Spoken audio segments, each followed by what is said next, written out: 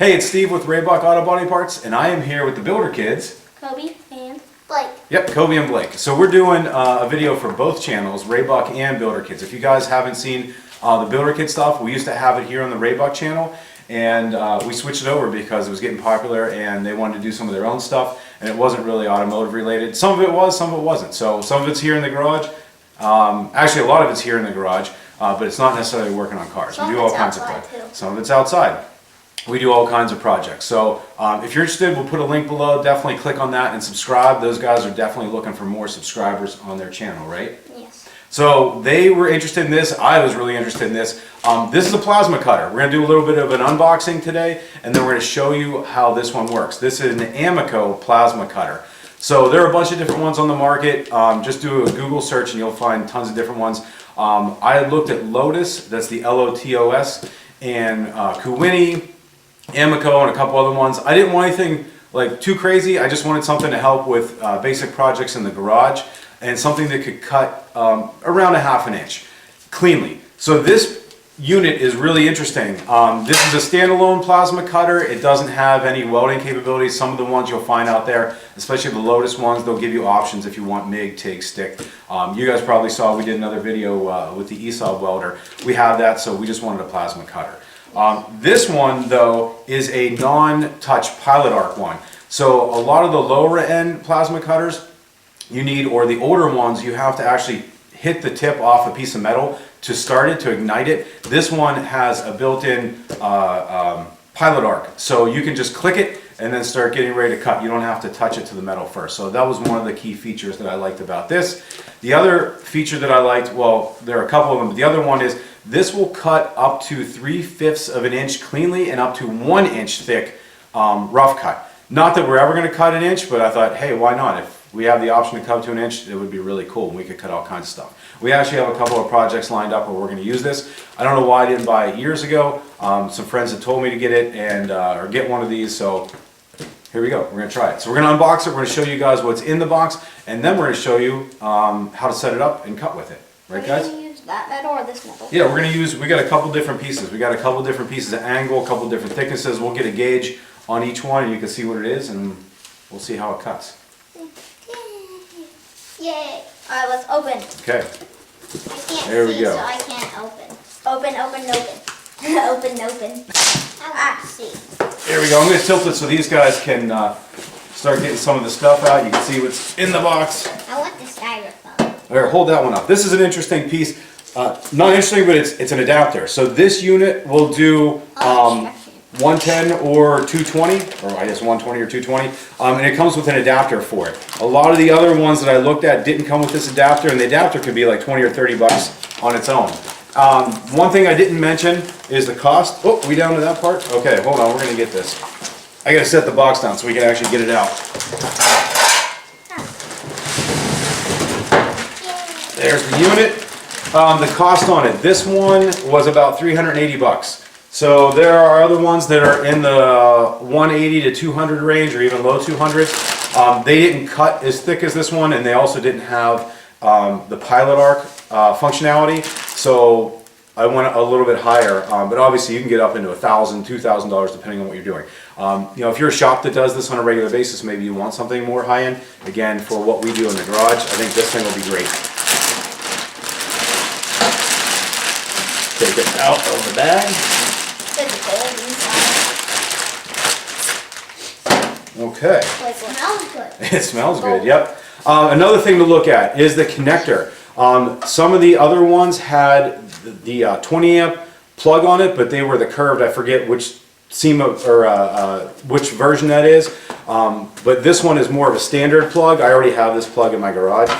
Yeah, let's see if I can get it up closer. Sorry, I don't have anyone working the camera. We're not zooming in. But it's got that style on it, where a lot of the other ones had the two curved plugs on it, or connectors, I should say. So here, we got, let's zoom in a little bit on this one. And we'll show you some of the other features of this thing. There's a thing right So you have your gauge, your pressure gauge. A couple of the other ones, I think the CUT-50HF was one of them. It was in, I think, kilograms, or it was a metric system, where this is just in PSI, so that was a nice feature. This has this 2T and 4T switch on it, which I didn't know what it was. So it means that you can either, in this one setting, I think it's the 2T, it only triggers when you hit the trigger. It only turns on when you hit the trigger. I think in the 4T, once you set the trigger, it'll stay running. I'm assuming you would want it like that if maybe you put it in a jig and you were just running like metal or moving the metal itself and the torch was in one location, or maybe if you're doing a big cut and you just don't want to keep it squeezed the whole time but you want to make sure it's on, that's what that's for. We have your current setting here and your post flow. So I think on how many seconds it'll blow through after you let off the torch. And then you have your connectors down here for your gun, for your ground, and then this is the pilot arc. And then on the back, you have your air/gas fitting, and then you have your breaker. So some of the other units that are out there, instead of a breaker, they have fuses, and the fuse will blow and you have to replace the fuse. This one you would just trip, you can see it, you just trip the breaker, and then all you have to do is set the breaker, which I thought was a nice option. It has an internal regulator. Some of the other ones have external regulators, and that was another thing I didn't really care for because it sticks out here on the back of the unit. And my concern was if it's out here, there's a chance something's going to hit it when you're walking by, or if you drop something, or if you're sitting, if this is sitting on a rack and a piece of metal falls and hits it.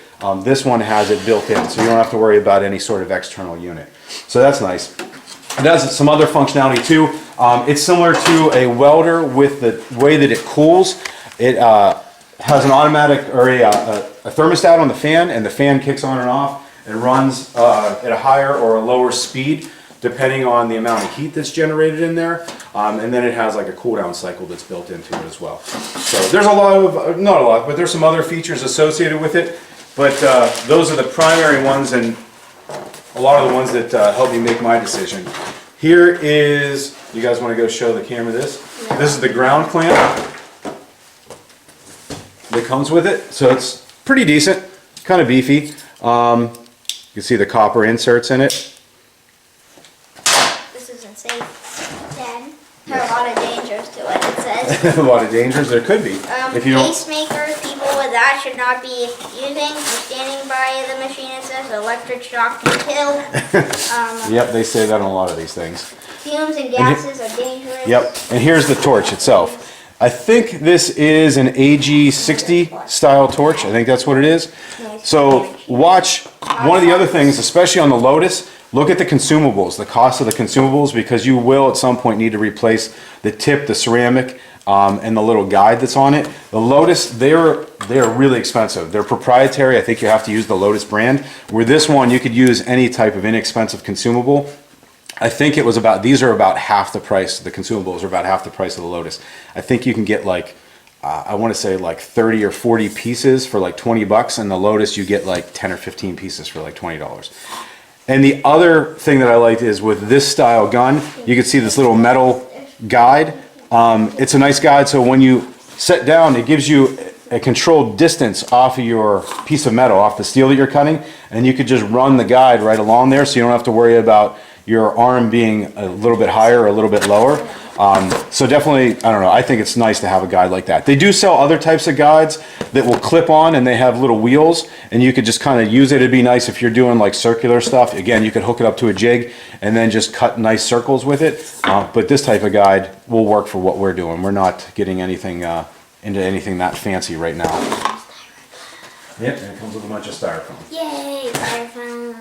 So that is the unit in a nutshell. That's the overview of it. Like I said, we're going to get it hooked up here pretty soon. I think we're going to run it, we're going to check the directions. I think we're going to run it around 90 PSI and then give it a shot. We're going to look at some of the steel that we have here. Like I said, we'll throw a gauge on there and we'll tell you guys how thick it is. And then I'm actually going to have these guys cut it, and we're going to see what it's like, right? You guys want to cut some? Sure. But I hope we don't get killed by it. You're not going to Deadly gas. it's air. It just hooks up to a regular air compressor. So Fumes. yes. Fumes. Yeah. So most of these just run off of regular compressed air. That's the blow through that comes out. So when you're cutting, it blows everything away and keeps the cut nice and clean. Can we wear headphones?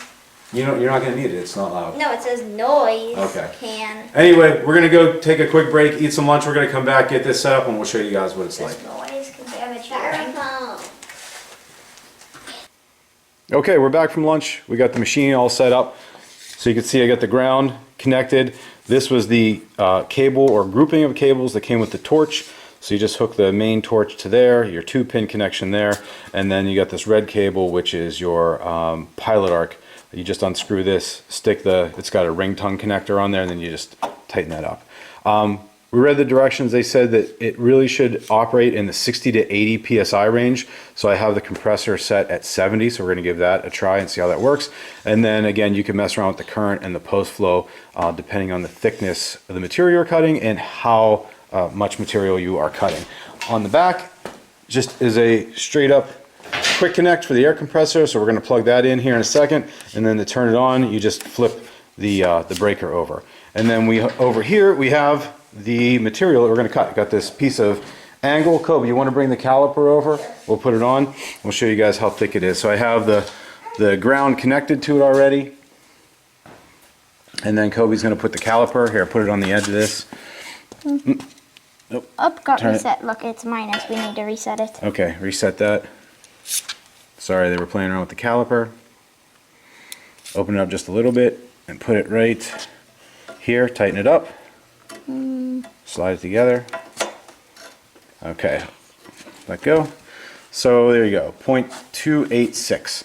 So we're looking at a little over a 1/4 inch thick for this this angle. This was an old lentil from a window ledge or a window insulation. So yeah, we're gonna give this a cut and we'll see what it does. Turn this thing on. All right, guys. He's reading the directions and figuring out what to do. All right, we just turned it on. Yep, we turned it on. The settings are all the way down right now. So this is showing 11 amps. So this is your current setting. And I'm just looking at the directions. It says set the unit for 20 amps. No, just show it. Set the unit for 20 amps to cut up to 1/8 steel thickness. For every additional 1/8 inch, add 10 amps. So since we're around a 1/4 inch, we're probably going to be around 40 amps. So we're going to set it at 40 amps right there. The post flow, I'm just going to put it 6 for right now, and we'll see. I haven't messed around with the post flow that much.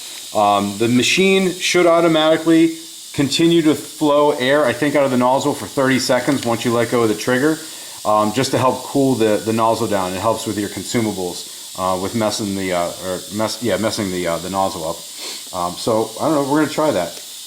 And it says here, wear a welding helmet. Yep, you guys have your welding helmets. It also says you can adjust the nozzle that's in there. Use 0.6 millimeters for 20 to 25 amps, 0.8 for 20 to 35, 0.9 for 35 to 50. I didn't take it out, the one that's in there, so I'm not sure what it is, but we're going to try that and we're going to give it a shot. We're going to see what happens. Okay, so we're getting ready to cut. This unit also comes with 13-foot cords, so the ground and the torch cords are around 13 feet, which is nice, so you don't have to be right up on what you're working on.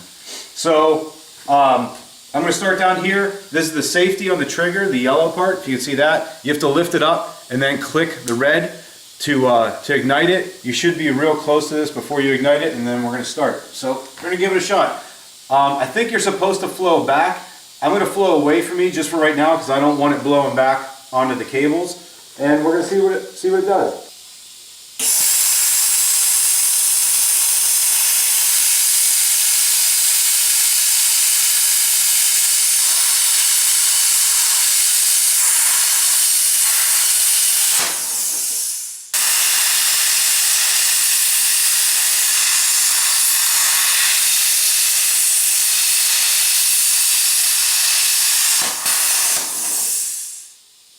Okay, so we did a couple of cuts. I originally had it at 40. I turned it down to 30 because I realized I misread the directions. It wasn't cutting through enough. I just turned it up to 35. I actually think I should turn it up to 40. But what was happening was it was cutting but not blowing all the way through. So I turned it up to 35, and now we're starting to get some blow through, but it's not quite as clean as it should be. So I'm going to turn it up to 40 and try it again. Here, if you see this side, That's kind of what it looked like at 30. So it was only like penetrating maybe 3/4 of the way through. Where here at 35, you can see light coming out the other side. So I'm going to turn up to 40 and we're going to try it again. Okay.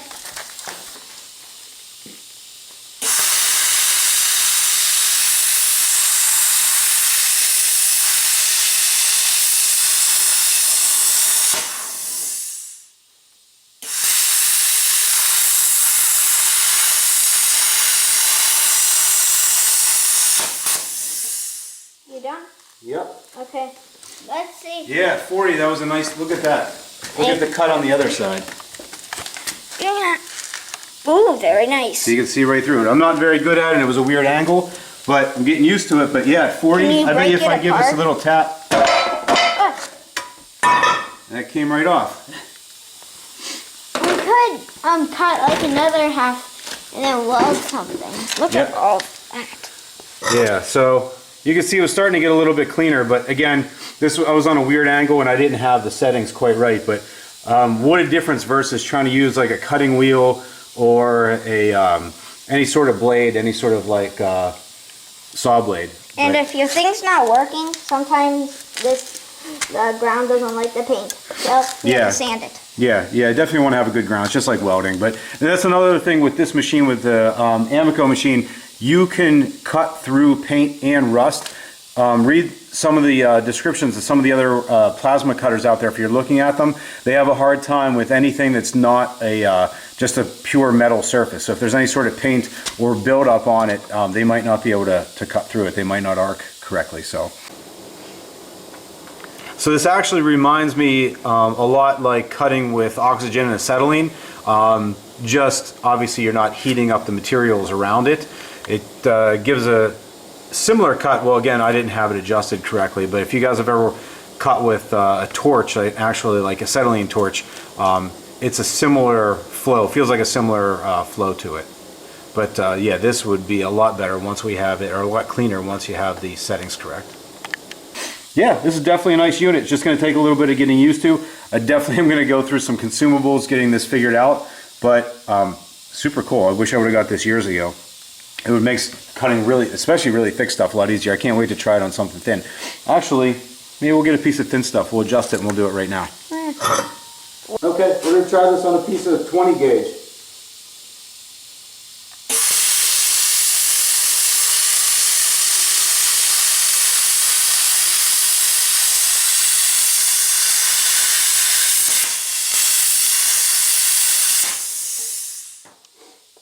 Alright, let me zoom out. Here, come over and show it. Alright. Now, if I could actually hold my hand steady, or if I had a line, like that cut it like it was nothing. That's actually a super clean cut. I turned it down to 15 amps, and let me see this. Right. Yeah, I turned it down to 15 amps, and it's super clean. Let me break it off. Yep. I didn't cut all the way through, but here's the back side of it.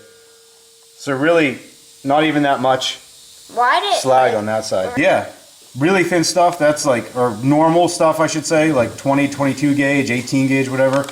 That's like super easy. If you wanted to cut in the middle, if you were cutting a piece of flat stock and wanted to cut a circle or a pattern or design in it, yeah, that would be easy. The biggest issue is just keeping your hand steady, obviously. I was on a weird angle and was just kind of like going down through it. It's also cold in here, so yeah, it makes you shiver. Yeah, if you marked it off, that'd be great. So I highly recommend getting one of these. Again, I wish I would have got one of these years ago. Okay, well, Blake wanted to try this too. For builder kids, he wanted to try giving the plasma cutter a shot. So we're gonna see how this goes. Can I lift just the safety? Mm-hmm.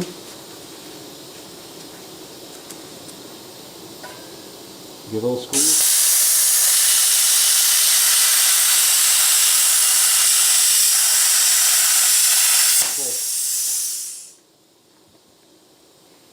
What'd you think? I didn't know. That's crazy. I'm gonna get this one. Okay, watch your fingers. Don't touch it because it's gonna be hot. There's Blake's cut.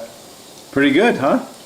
I want to try it again. Yeah, that's pretty fun. It is fun. It's dangerous, but it's fun. Not dangerous, but well, it could be. I guess it could be. Hand off. Definitely don't do this without adult supervision or a parent there. But yep, pretty cool. So If you guys have any questions, post it down below this. Again, this is the Amico, and this is the CUT-50HF. The HF is the high frequency. That's the for the arc. They have a 60 HF, I think, as well too, that might cut a little bit thicker. But any questions, post them below. Any comments, post them below. Like and subscribe, and while you're down there, hit the notification bell. And if you have any notifications, you can just, type them in. But happy building!